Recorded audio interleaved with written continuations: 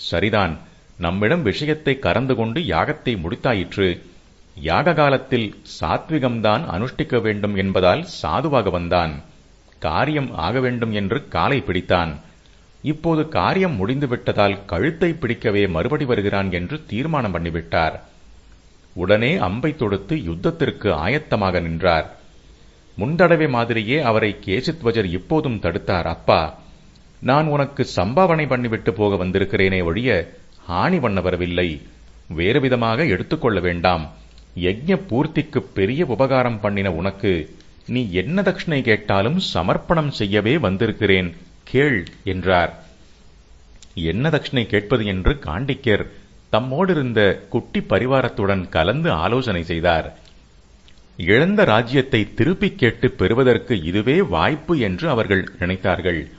அவர்களில் சிலர் இன்னும் ஒருபடி மேலே போய், எது கேட்டாலும் தருகிறேன் என்று கேசித்வஜர் முன் வந்திருக்கிற இந்த வாய்ப்பை விடாமல் தன்னுடைய ராஜ்யத்தோடு அவருடைய ராஜ்யத்தையும் காண்டிக்யர் கேட்டு வாங்கிவிட வேண்டும் என்று அபிப்பிராயப்பட்டார்கள். காண்டிக்யர் தீர்க்கமாக யோசித்து பார்த்ததில் அவருக்கு மற்றவர்களின் ஆலோசனை சம்மதமாகப்படவில்லை. ராஜவம்சத்தில் பிறந்தவனின் ஸ்வதர்மம் ராஜ்யத்தை பெற்று கட்டி ஆள்வதே என்பது வாஸ்தவமாக இருக்கலாம். ஆனால் அப்படி பெறுவதும் க்ஷத்திரிய தர்மப்படி யுத்தத்தின் மூலமோ வீர பராக்கிரமத்துக்கு சம்மானமாகவோ அல்லது விவாக சம்பந்தத்தின் மூலமேதான் இருக்க வேண்டுமேயன்றி தக்ஷ்ணை என்கிற கௌரவமான பெயரில் உள்ள யாசகத்தில் அல்ல, வேறு எந்த விதத்திலும் அர்த்த பொருள் சம்பாதானம் செய்து கொள்ள உரிமை பெறாத பிராமணனுக்குத்தான் அர்த்தமாக பொருளாக தானம் பெற உரிமை உண்டு. இது க்ஷத்திரியனான என் தர்மம் ஆகாது. ஒருவனுக்கு தர்மசாஸ்திர விஷயம் சொல்லி அதற்கு பிரதியாக அதர்மமான முறையில் ராஜ்யதானம் வாங்கிக் கொண்டேனேயானால் பதிதனாகிவிடுவேன். தர்ம அர்த்த காம மோட்சங்களில் தர்ம உபதேசத்துக்காக அர்த்தம் பெற வேண்டும் என்ற காமம் எனக்கு இப்போது இல்லை. மோட்சத்துக்கு நேர்வழியாக முடிவிலே வருகிற பிரம்ம வித்தையில்தான் இப்போது எனக்கு நாட்டம் ஏற்பட்டிருக்கிறது. கேசித்வஜன் என்னிடம் இருந்து கர்மத்தை பற்றிய தர்மத்தை கேட்டுக்கொண்டார் போலவே நான் அவனிடம் பிரம்ம வித்தியில் உபதேசம் பெற்றுக்கொள்ள ஆசைப்படுகிறேன். என் வித்யாதானத்துக்கு தட்சிணையாக அவனிடம் இருந்து இன்னொரு வித்யாதானமே கேட்கப் போகிறேன். எந்த ஜாதியாரும் அறிவுதானம் பெற தடையில்லை. க்ஷத்திரியனின் ஸ்வதர்மம் ராஜ்யத்தை பெற்று ஆட்சி நடத்துவதே அல்லவா என்று நீங்கள் கேட்டால் அதற்கு பதில் வைத்திருக்கிறேன். ராஜ்யத்தை பெற்று ஆட்சி நடத்தியவன்தான் நான். அதிலே எனக்கு சாமர்த்தியம் போதவில்லை என்று இப்போது நாம் காட்டிலே வந்து வசித்து நீங்கள் இவனிடம் என்னை பிச்சை கேட்க சொல்வதில் இருந்தே நன்றாக நிதர்சனமாகியிருக்கிறது. பிரஜைகளை பாலித்து சத்ருக்களை தடுத்து ராஜ்ய ரக்ஷணம் செய்ய சக்தி இல்லாத நான் ராஜ்யத்தை கேட்காமல் போனால் அது தோஷமாகாது. சக்தியுள்ள க்ஷத்திரியன் ராஜ்யத்துக்கு பாடுபடுவதுதான் தர்மத்தில் ஆசை. சக்தி இல்லாதவன் நான் அப்படி செய்தால் அது போகத்தில் ஆசைதான்.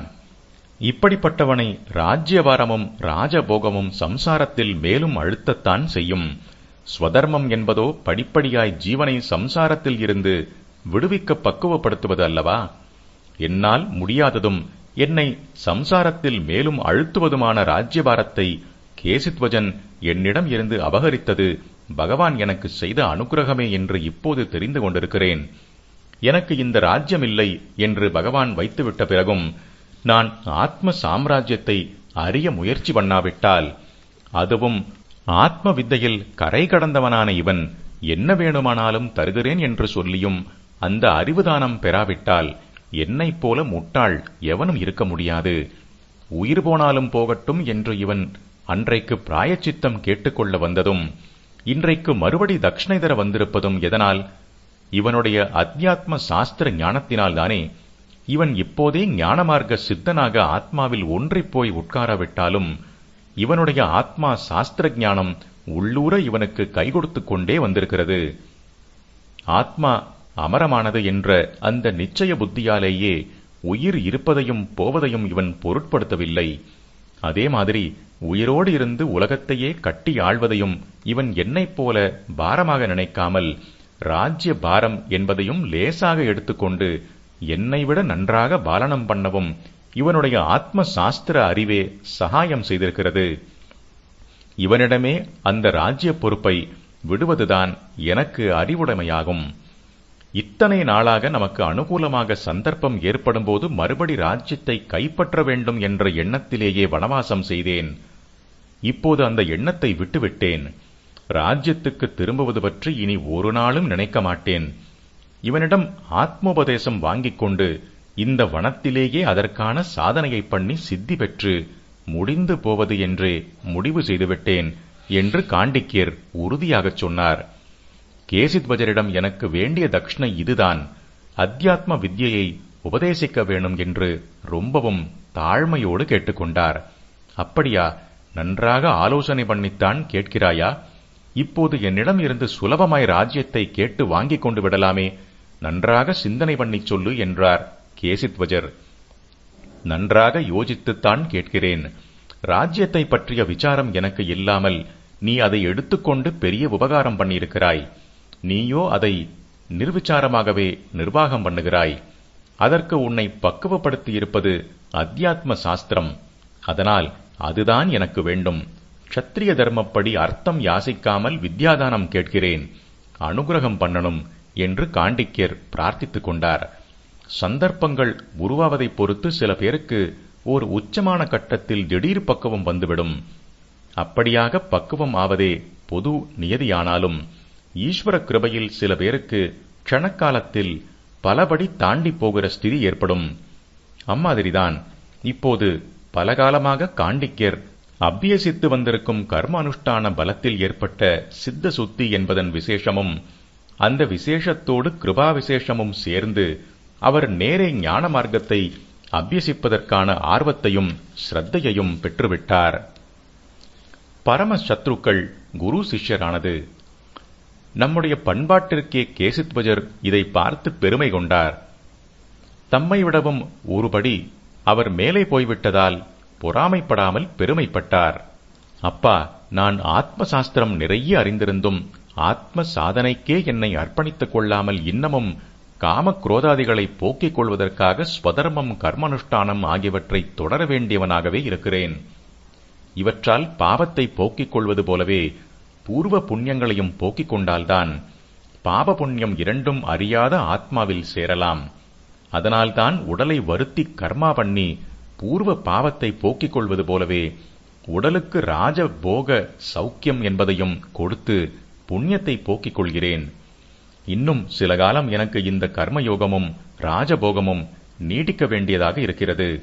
ஆனால் நீயோ இப்போது என்னிடம் ஆத்ம சாஸ்திரம் கற்றுக்கொண்டு உடனேயே நேராக ஆத்ம சாதனைக்கு போவதற்கான விவேகத்தை பெற்றுவிட்டாய். நீ அதிர்ஷ்டசாலி. வா, உனக்கு சாங்கோபாங்கமாக வேதாந்தம் சொல்கிறேன் என்றார் கேசித்வஜர். இங்கே அவர் சத்ருவான காண்டிக்கியரை தங்களுடைய குலத்துக்கே ஆனந்தமூட்டும் வார்சனாக குல நந்தனன் என்று அழைப்பதாக இந்த கதையை சொல்லும் விஷ்ணு புராணத்தில் இருக்கிறது. அப்புறம் அஷ்டாங்க யோகம், ஈஸ்வர பக்தி ஆகியவற்றை உபனிஷத்துக்களில் சொல்லியிருக்கும் ஞான தத்துவங்களோடு அழகாக இழைத்து சுலபமாக புரிந்து கொள்ளும்படி காண்டிக்கியருக்கு கேசித்வஜர் உபதேசம் செய்தார். ஆத்ம ஞானத்துக்கு நம் தேசம் தந்த பெருமைக்கு அளவே இல்லை. அதனால்தான் பரம சத்துருக்களாக இருந்த 2 பேரில் இப்படி ஒருவர் குருவாகவும் மற்றவர் சிஷ்யராகவும் ஆனார்கள். உபதேசத்தை காண்டிக்கியர் நன்றாக உள்ளே வாங்கிக் கொண்டார். அதிலே சந்தோஷம் கொண்ட கேசித்வஜர், இன்னும் நான் உனக்கு என்ன பண்ணணும் என்று பரம அன்போடு கேட்டார். அதே அன்போடு காண்டிக்கியரும், நீ பண்ணுவதற்கு இனியும் ஏதாவது மீதி இருக்கிறதா என்ன? அகண்டமான ஆத்மஸ்வரூபத்தையே அல்லவா எனக்கு காட்டிக் கொடுத்து விட்டாய். என் ஸ்ரேயஸுக்காக என்னவெல்லாம் செய்ய வேண்டுமோ அத்தனையும் பண்ணிவிட்டாய்.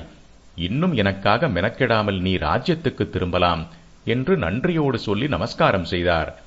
உபசாரங்கள் பண்ணி கேசித்வஜரை ஊருக்கு அனுப்பி வைத்தார்.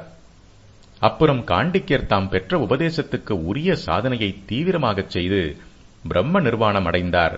கேசித்வஜரும் கர்மத்தால் பாபக்ஷயமும் போகத்தால் புண்ணியக்ஷயமும் ஏற்பட்ட பிறகு ஞான அனுஷ்டானங்கள் பண்ணி மோட்ச சித்தி அடைந்தார்.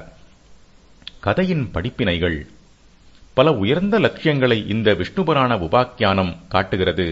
படிப்பறிவையே அனுபவ அறிவு என்று மயங்காமல் படித்ததை பரிசிரமப்பட்டு படிப்படியாக வாழ்க்கை அனுபவமாக்கிக் கொள்வது, அவரவருக்கும் வாய்த்த ஸ்வதர்ம கடமையை பேணி நடப்பது, செய்கிற அனுஷ்டானத்தில் மனப்பூர்வமான பக்தி ஸ்ரத்தைகள் காட்டுவது, தர்மத்தை தெரிந்து கொண்டு செய்வதற்காக தன் உயிருக்கே ஆபத்தையும் பொருட்படுத்தாமல் முயல்வது, ராஜ்ய லாபத்தையும் விடவும் ஆத்ம ஞானத்துக்காக உபாயத்தையே பெரிதாக போற்றுவது என்றிப்படி பல குறிக்கோள்களை இந்த 2 ஜனகர்களின் கதை நமக்கு விளக்கி காட்டுகிறது.